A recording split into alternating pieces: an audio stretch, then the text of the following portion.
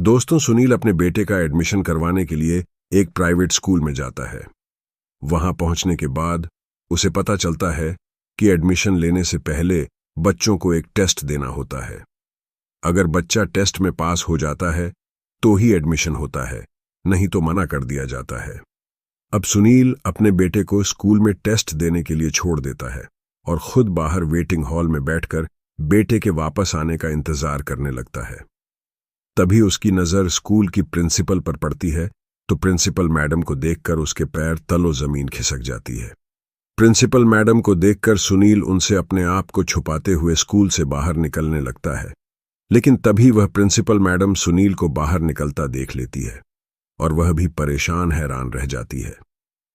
अब सुनील सोच में पड़ गया था कि यह तो बहुत गरीब परिवार से थी, यहां इतनी बड़ी पोस्ट तक कैसे पहुंच गई है, जबकि मैंने तो इसे लात मारकर घर से बाहर निकाल दिया था। आज मैं अपनी आंखों से यह सब क्या देख रहा हूं। सुनील बहुत ज्यादा बौखला जाता है। इसके बाद मैडम सुनील को अपने ऑफिस में बुलाती है और उसके बाद जो होता है उसे देख पूरे स्कूल में हड़कंप मच जाता है। लेकिन दोस्तों, इस सब के पीछे क्या कहानी थी, क्या वजह थी इस सब की, कि आखिर प्रिंसिपल मैडम और सुनील के बीच रिश्ता क्या था, क्यों? सुनील प्रिंसिपल मैडम को देखते ही अपना मुंह छुपाकर भागने की कोशिश कर रहा था। आइए जानते हैं पूरी घटना की सच्चाई इस वीडियो में। लेकिन वीडियो में आगे बढ़ने से पहले बस आप सभी से एक ही रिक्वेस्ट है कि आप हमारे यूट्यूब्स कर लीजिए और वीडियो को भी एक लाइक कर दीजिए, जिससे कि मेरा भी हौसला बढ़ता रहे और मैं आपके लिए रोजाना नई नई इंटरेस्टिंग कहानियां लाकर सुनाता रहूं। तो चलते हैं कहानी की शुरुआत में। दोस्तों, ये कहानी शत नाम की एक लड़की की है जो कि दिल्ली में ही अपनी फैमिली के साथ रहती थी। शीतल की फैमिली में उसके माँ बाप और 2 बहनें थीं। शीतल अपनी बहनों में सबसे बड़ी थी और वह ग्रेजुएशन की पढ़ाई कर रही थी। शीतल के पापा एक प्राइवेट कंपनी में नौकरी करते थे। एक दिन उनके पास एक व्यक्ति आता है और कहता है कि आपकी बेटी के लिए मेरे पास एक अच्छा रिश्ता है। लड़का बहुत ही अच्छा है, प्रॉपर्टी डीलिंग का काम करता है, घर में किसी चीज की कोई कमी नहीं है। आपकी बेटी जिंदगी भर सुखी रहेगी। अगर आपको कोई ऐतराज ना हो तो मैं यह रिश्ते की बात को आगे बढ़ा दूं। तो शीतल के पिताजी कहते हैं कि देखिए, जैसा आपने बताया है उस हिसाब से वह काफी अमीर लोग लगते हैं, तो उन्हें दहेज भी ज्यादा ही चाहिए होगा। मैं एक साधारण सी नौकरी करता हूं, शायद उनकी और हमारी बात नहीं बन पाएगी। इस पर वह व्यक्ति कहता है कि ऐसी कोई बात ही नहीं है। उन लोगों को सिर्फ सुंदर और सुशील पढ़ी लड़की चाहिए। दहेज जो कुछ भी आप अपनी मर्जी से देना चाहोगे दे देना, उन्हें सिर्फ लड़की से मतलब है। तो फिर शीतल के पिताजी भी कहते हैं कि चलो ठीक है, इससे अच्छी कोई बात ही नहीं हो सकती है। हमारी बेटी पढ़ी लिखी और सुंदर भी है, जैसी उनको बहू चाहिए वह सभी गुण हमारी बेटी में है। आप इस रिश्ते की बात को आगे बढ़ाइए, अगर बात बन जाए तो हम शादी कर देंगे। अब वह व्यक्ति लड़कों वाले के घर जाता है। उस लड़के का नाम सुनील होता है। वह सुनील की फैमिली से शीतल के बारे में बताता है और शीतल का फोटो भी उन्हें दिखाता है। शीतल को सिर्फ फोटो में देखते ही सुनील के माता पिता खुश हो जाते हैं और सुनील को भी वह पसंद आती है। क्योंकि दोस्तों, शीतल भले ही एक मीडियम फैमिली से थी, लेकिन वह बेहद खूबसूरत और पढ़ी लिखी खूनहार लड़की थी। अब दोनों की फैमिली साथ में बैठकर शादी की तारीख को तय कर देते हैं और 2 महीने बाद ही बड़े धूमधाम से शादी हो जाती है। शादी के बाद शीतल अपने ससुराल में अपने पति सुनील और उसकी फैमिली के बीच में बहुत ही प्यार मोहब्बत से रहती है। लेकिन यह प्यार मोहब्बत ज्यादा समय के लिए नहीं रहता। सिर्फ न महीने बाद ही उसके ससुराल वाले उससे नौकरों की तरह बर्ताव करने लगते हैं। उसे गरीब परिवार से होने का मजाक बनाते हैं। पूरे पूरे दिन वह कभी किचन में काम करती तो कभी कभी उससे सभी कमरों में झाड़ू पोंछा कराते थे। अगर काम करते हुए उससे कोई छोटी बड़ी गलती हो जाती थी तो उसे खूब ताने मारते थे कि तुम तो गरीब आदमी हो, कोई काम सलीके से आता ही नहीं है। शीतल उनके इस बर्ताव से तंग आ जाती है और सुनील से कहती है कि तुम्हारी माँ और बहन मेरी जरा जरा सी गलतियों पर बहुत खरी खरी बातें सुनाती हैं। पूरा पूरा दिन मुझसे अब घर में नौकरों की तरह काम लिया जाता है। मेरी कोई इज्जत या मान सम्मान ही नहीं करता है, तो सुनील भी उसको दिलासा देने के बजाय उल्टा डांटता है और कहता है कि तुम एक झोपड़पट्टी में रहती थी, हमने तुम्हें यहां इस महल में लाकर रखा, तुमसे मेरे परिवार वालों की देखभाल भी नहीं की जा रही है। यहां इस घर में हर चीज की सुविधा है। तुम यहां के सभी काम सीखने होंगे और उन्हें करना भी होगा। ज्यादा इधर उधर की बातों को अपने दिल दिमाग में मत रखा करो। चुपचाप से सुनती रहो और अपने काम पर ध्यान दो। अपने पति सुनील के मुंह से यह जवाब सुनकर शीतल का दिल टूट जाता है। उसे सुनील से बहुत उम्मीदें थीं। एक वही तो था इस घर में जिसे वह अपने दिल की सारी बात बता सकती थी, अपनी दुख परेशानी को उसके साथ बांट सकती थी। लेकिन सुनील का व्यवहार देखकर शीतल को बहुत दुख पहुंचता है। इसके बाद वह अपने मायके में कॉल करके सारी बात अपनी मां से बता देती है। तो शीतल की मां उसे समझाते हुए कहती हैं कि बेटी देखो, अभी तुम्हें सिर्फ वहां रहते हुए 3 ही महीने हुए हैं। नए नए ससुराल में यह सब कठिनाइयां सभी के सामने आती हैं। धीरे धीरे वह सभी लोग तुम्हें इज्जत प्यार देने लगेंगे। 1-2 साल में जब तुम्हें कोई संतान पैदा हो जाएगी तो तुम भी उनकी लाडली और उनके परिवार में पूरी तरह से जुड़ जाओगी। दोस्तों, शीतल भी बहुत मासूम और सीधी सादी लड़की थी। वो भी अपनी मां की बात को समझ जाती है कि मुझे अभी यहां सिर्फ 3 ही महीने हुए हैं। धीरे धीरे समय बीतेगा तो मैं भी इन सबके साथ घुल मिल जाऊंगी। वह ऐसे ही उनकी बातों को इग्नोर करके अपने ससुराल में बनी रहती है और अपने काम से काम रखती है। समय ऐसे ही बीतता गया और 6 महीने बाद उसे पता चलता है कि वह प्रेग्नेंट हो चुकी है, जिस वजह से वह बहुत ज्यादा खुश हो जाती है। उसकी खुशी का कोई ठिकाना ही नहीं रहता। ईश्वर का लाख लाख शुक्र अदा करती है, फिर अपने पति को इस खुशखबरी के बारे में बताती है। लेकिन दोस्तों, सुनील ये खबर सुनते ही आग बबूला हो जाता है। शीतल से वह कहता है कि मुझे अभी कोई बच्चा नहीं चाहिए।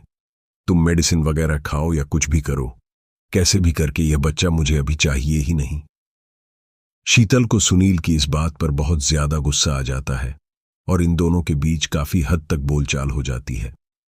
शीतल इस बच्चे को जन्म देना चाहती थी, लेकिन सुनील इस बच्चे को चाह नहीं रहा था, जिस कारण इनके बीच दिन प्रतिदिन वाद विवाद बढ़ता रहता है। लेकिन शीतल हमेशा से ही उस बच्चे को गिराने के लिए मना करती है कि कुछ भी हो जाए, मैं इस बच्चे को जरूर जन्म दूंगी। इसके बाद सुनील भी मजबूर हो जाता है और ऐसे ही 2 महीने और बीत जाते हैं। लेकिन एक रात ये दोनों पति पत्नी अपने बेडरूम में बेड पर सो रहे थे। करीब रात का 1 बजे का समय हो गया था। तो सुनील को नींद आ जाती है, वह सो जाता है।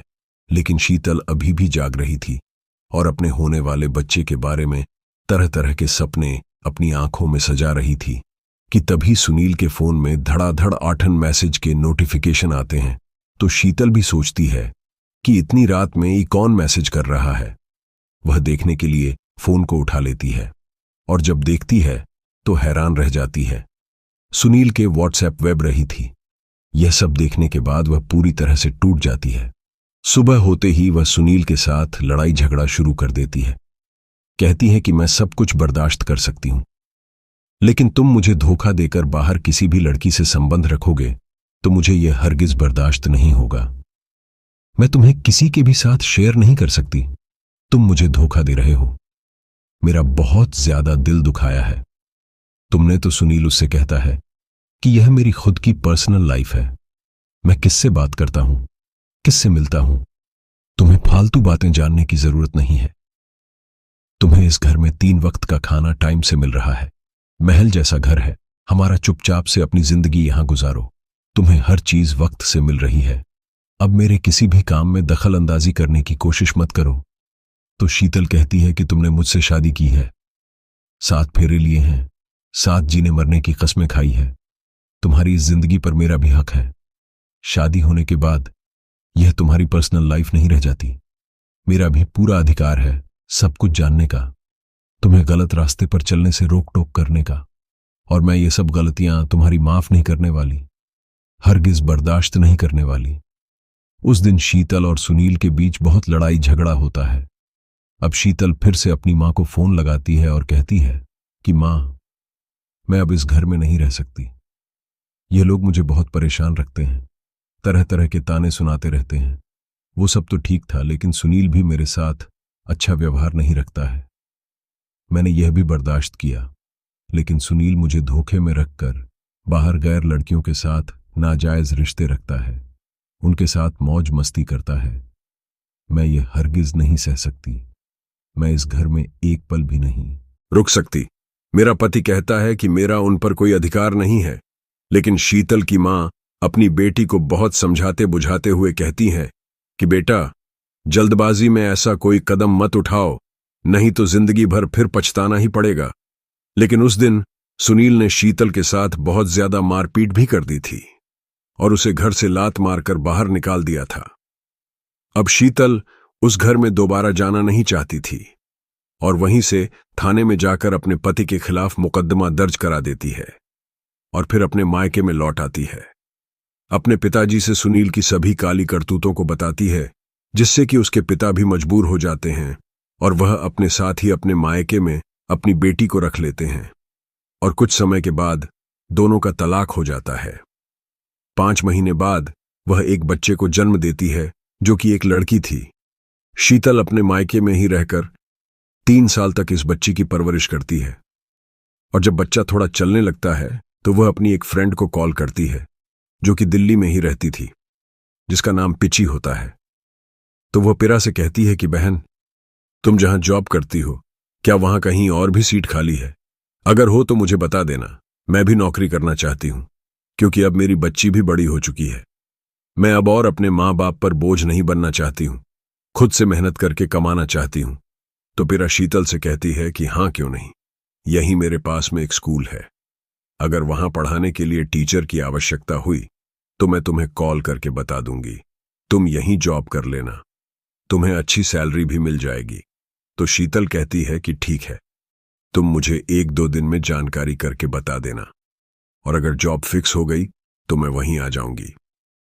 अब दोस्तों, शीतल की फ्रेंड स्कूल में जाकर बात करती है और शीतल का इंटरव्यू स्कूल में करा देती है। शीतल को एक टीचर के तौर पर सिलेक्ट कर लिया जाता है और वह कक्षा 9 कक्षा 10 के छात्रों को फिजिक्स पढ़ाने लगती है। उसे अच्छी सैलरी भी मिलती है और वह बच्चों को भी अलग से ट्यूशन पढ़ाया करती थी। कुछ इस तरह से उसकी जिंदगी अब अच्छी चलने लगती है। शीतल बहुत ही विनर स्वभाव की थी और सिर्फ 1-2 साल में ही वह पूरे स्कूल में सभी बच्चों और सभी अपने स्टाफ की पसंदीदा टीचर बन जाती है। सभी लोग उसे बहुत इज्जत और मान सम्मान देते हैं। इसी बीच स्कूल के जो प्रिंसिपल थे, उनकी तबीयत कुछ ज्यादा ही खराब हो जाती है, तो वह शीतल को अपने घर बुलाते हैं और कहते हैं कि जब तक मैं स्वस्थ नहीं हो जाता हूं, तुम तब तक इस पद को संभालो और स्कूल को मैनेज करके चलो। दोस्तों, जब शीतल स्कूल के प्रिंसिपल पद को संभालती है तो उस समय स्कूल में बच्चों के नए प्रवेश और नए एडमिशन होना शुरू हो गए थे। शीतल अपने ऑफिस में बैठे हुए अपनी निगरानी में बच्चों के एडमिशन ले रही थी और तभी स्कूल में उसका तलाकशुदा पति सुनील अपने बेटे का एडमिशन करवाने के लिए आता है। लेकिन एडमिशन से पहले बच्चों का टेस्ट लिया जा रहा था, तो सुनील अपने बेटे को टेस्ट देने के लिए भेज देता है और खुद बाहर ही वेटिंग हॉल में बैठ जाता है। फिर वह सोच पूछता है कि क्यों ना प्रिंसिपल से यहां की फीस के बारे में और किताबें वगैरह कहां से खरीदनी है, इन सब के बारे में जानकारी कर ली जाए। और वह वहां से उठकर जाने लगता है, लेकिन तभी उसे शीतल दिखाई देती है। वह शीतल को देखकर हैरान रह जाता है। एक स्टूडेंट से पूछता है कि वह मैडम जी यहां क्या काम करती है, तो बच्चा बता देता है कि वे हमारी प्रिंसिपल मैम हैं। यह सुनकर सुनील और भी ज्यादा अचंभे में पड़ जाता है, क्योंकि शीतल उसी तरफ आ रही थी, तो वह अपनी तरफ आता देख मुंह छुपाकर बाहर जाने लगता है। लेकिन शीतल उसे पीछे से ही देखकर पहचान जाती है और अपने गार्ड से बोलकर उसे ऑफिस में आने के लिए बोलती है, तो सुनील को वह गार्ड बुलाकर ले आता है। शीतल अपने ऑफिस में बैठी हुई थी। सुनील अंदर आने के लिए परमिशन लेता है और अंदर आ जाता है। शीतल को देख वह बहुत ज्यादा शर्मिंदा हो रहा था और शीतल भी बहुत ज्यादा हैरान थी। फिर सुनील उससे पूछता है कि तुम यहां प्रिंसिपल कैसे बन गई हो? तो वह बताती है कि नहीं, मैं सिर्फ एक वाइस प्रिंसिपल के तौर पर हूं। यहां के प्रिंसिपल की तबीयत थोड़ा खराब थी, तो उन्होंने मुझे यह जिम्मेदारी सौंप दी है, क्योंकि मैं यहां पिछले 2 सालों से पढ़ा रही हूं। लेकिन तुम यहां किस लिए आए हुए हो? तो सुनील कहता है कि मैं भी यहां अपने बेटे का एडमिशन करवाने के लिए आया था। तो शीतल कहती है कि तुम्हारा बेटा भी है। तो सुनील कहता है कि हां, तुमसे तलाक होने के बाद मैंने दूसरी शादी कर ली थी और उन्हीं से मेरे घर में एक बेटा पैदा हुआ था, तो जो कि अब 5 साल का हो गया है। तो मैंने सोचा कि उसका अब स्कूल में एडमिशन करा देना चाहिए, लेकिन मुझे नहीं पता था कि तुम इसी स्कूल में टीचर हो। फिर सुनील कहता है कि तुम तो अपने घर रहती थी, यहां कब से रह रही हो? तो शीतल कहती है कि हां, मैं घर पर भी 3-4 साल रही, लेकिन वहां कोई जॉब ना मिल सकी, तो मुझे मजबूरन यहां आना पड़ा। और ईश्वर की कृपा से मैं आज एक टीचर हूं और हंसी खुशी रह रही हूं। तो फिर वह उस प्रेगनेंसी के बारे में पूछता है कि उस बच्चे का क्या हुआ। तो शीतल बताती है कि तुमसे तलाक के बाद 5 महीने बाद मुझे बेटी पैदा हुई थी, जो कि अब 5 साल की हो गई है। सुनी इतना सुनता है तो कहता है कि प्लीज मुझे भी मेरी बेटी से मिलवा दो। इस पर शीतल कहती है कि तुम्हारी बच्ची, अपनी गंदी जुबान से भी उसका जिक्र मत करो। क्या कहा था तुमने कि मेडिसिन खाकर इसको गिरा दो? अब किस हक से तुम उसे अपनी बच्ची बता रहे हो? वह मेरी बेटी है। उसने कभी अपने पापा को नहीं देखा, न कभी उसके पापा उसे आज तक मिलने के लिए आए, और वैसे भी मैंने उसे कभी पापा की कमी महसूस नहीं होने दी। लेकिन सुनील बहुत जिद करता है कि प्लीज मुझे तुम्हारे हाथ जोड़कर विनती करता हूं, एक बार मुझे मेरी बेटी को दिखा दो। वह काफी बड़ी हो गई होगी, मुझे उसे देखने का मन कर रहा है। मगर शीतल साफ साफ मना कर देती है। कहती है कि तुमने जब मुझे लात मारकर अपने घर से बाहर निकाला था, तब भी वह मेरी कोख में थी। तुम्हें एक बार भी ख्याल तक नहीं आया कि मेरा बच्चा भी इसकी कोख में है। यह कैसे उसका पालन पोषण करेगी, कैसे अपनी जिंदगी को गुजारेगी? आज तुम्हें बहुत प्यार आ रहा है, तुरंत बाहर निकल जाओ मेरे ऑफिस से। सुनील अपना लटका हुआ मुंह लेकर बाहर निकल जाता है। उसका बेटा वहां टेस्ट में पास हो गया था, तो उसका वहीं एडमिशन कराकर अपने घर वापस आ जाता है। अब सुनील रोजाना अपने बेटे को स्कूल छोड़ने और लेने के लिए आता जाता था, और ऐसे ही वह स्कूल में कभी फीस जमा करने के लिए तो कभी अपने बेटे की किताबें वगैरह खरीदने के लिए आ जाया करता था, और शीतल से भी मिलने की कोशिश करता था। शीतल जब उससे तंग आ जाती है तो अपने गार्ड से कहती है कि आज के बाद किसी भी बच्चे के पेरेंट्स मुझसे मिलने के लिए, मुलाकात करने के लिए आए तो पहले मुझसे बताना, उसके बाद ऑफिस के अंदर भेजना। कोई भी बिना पूछे अंदर नहीं आने पाए। इसके बाद सुनील कभी भी शीतल से मिलने के लिए ऑफिस में जाने की कोशिश करता तो गार्ड उसे बाहर ही रोक लेता और अंदर जाने ही नहीं देता, क्योंकि शीतल ने खास तौर से उसे अंदर भेजने से मना कर दिया था। अब वह शीतल से मिल ही नहीं पाता था। समय ऐसे ही बीतता गया।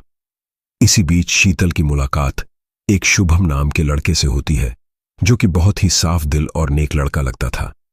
शीतल को वह पसंद भी करता था, और उसका मार्केट में एक बहुत बहुत बड़ा होलसेल मेडिकल था। लड़का अच्छा था, तो शीतल और शुभम धीरे धीरे एक दूसरे के करीब आने लगते हैं, क्योंकि शीतल भी सोच रही थी कि अभी जिंदगी काफी लंबी पड़ी है और सभी लोग गंदी नजर मुझ पर गड़ाए रहते हैं। वैसे भी कभी ना कभी तो मुझे शादी करनी ही है, क्यों ना शुभम से ही कर ली जाए। वह मुझे पसंद भी करता है और अच्छा नेक लड़का है। कुछ दिन बाद शुभम शीतल को प्रपोज करता है, और अगले ही दिन शीतल उसका प्रपोजल एक्सेप्ट कर लेती है। फिर दोनों प्यार की बातें करने लगते हैं। लेकिन एक दिन शुभम रात में शीतल से बोलता है कि तुम मेरे घर पर अभी आ जाओ, मुझे तुमसे बिल्कुल अभी मिलने का मन कर रहा है। तो शीतल कहती है कि मैं ऐसे आधी रात को तुमसे मिलने घर पर अकेले नहीं आ सकती, और अब फोन काट देती है। 1-2 दिन बाद शुभम फिर से दिन में कॉल करके बोलता है कि आप मुझसे मिलने होटल आ जाओ। तो शीतल उससे कहती है कि पहले तुम मुझसे शादी करो, उसके बाद जहां मर्जी मुझे ले जाना, मुझे कोई ऐतराज नहीं रहेगा, क्योंकि वह समझ गई थी कि यह सिर्फ और सिर्फ मेरा फायदा उठाना चाहता है, मुझसे प्यार नहीं करता है। इसने शरीफ और अच्छा दिखने का ढोंग रचा है। शीतल के साफ साफ मना करने पर शुभम उसे गालियां भी देने लगता है। यह सब सुनकर शीतल उससे बातचीत करना बंद ही कर देती है और कभी भी किसी लड़के से बात नहीं करती है, और ऐसे ही अपनी पूरी जिंदगी अपनी बेटी के साथ बिताने का फैसला कर लेती है। दोस्तों, अक्सर देखने को मिलता है कि जिन महिलाओं का अपने पति से किसी वाद विवाद को लेकर तलाक हो जाता है तो ऐसी महिलाओं का लोग ज्यादातर फायदा उठाने की कोशिश करते हैं। उन्हें प्यार का झांसा देकर उनका शोषण करने की कोशिश करते हैं, क्योंकि वह सोचते हैं कि इसका तो तलाक हो गया है, ना इसके कोई आगे है ना कोई पीछे है, जो मर्जी इसके साथ करो, कोई कार्यवाही करने वाला तो है नहीं। लेकिन हमें आदर सम्मान करना चाहिए। शीतल जैसी लड़की का, जिन्होंने अपनी हिम्मत और जज्बे से अपना नाम कमाया और कभी भी जिंदगी में अपने कदमों को डगमगाने नहीं दिया, वह आज भी दिल्ली में ही उसी स्कूल में टीचर है। कुछ समय के लिए प्रिंसिपल बनी थी, लेकिन अब टीचर के तौर पर ही बच्चों को पढ़ाती है और अपनी बच्ची के साथ हंसी खुशी अपने जीवन को गुजार रही है। तो दोस्तों, ये थी आज की कहानी। आपको कैसी लगी? शीतल के लिए 2 लाइनें कमेंट करके जरूर लिखें। सुनील और शुभम जैसे मनचले लड़कों के बारे में आपकी क्या राय है, हमारे साथ जरूर शेयर करें। अगर दोस्तों आपको कहानी जरा भी पसंद आई हो तो प्लीज हमारे एक नई कहानी के साथ। तब तक के लिए धन्यवाद। जय हिंद, जय भारत। दोस्तों, वीडियो काफी लंबी हो जाती है तो कुछ लफ्जों की अदायगी में सही से नहीं कर पाता, तो प्लीज आप उन्हें भूल बुलाकर वीडियो को समझिए और एंजॉय कीजिए। Thank you.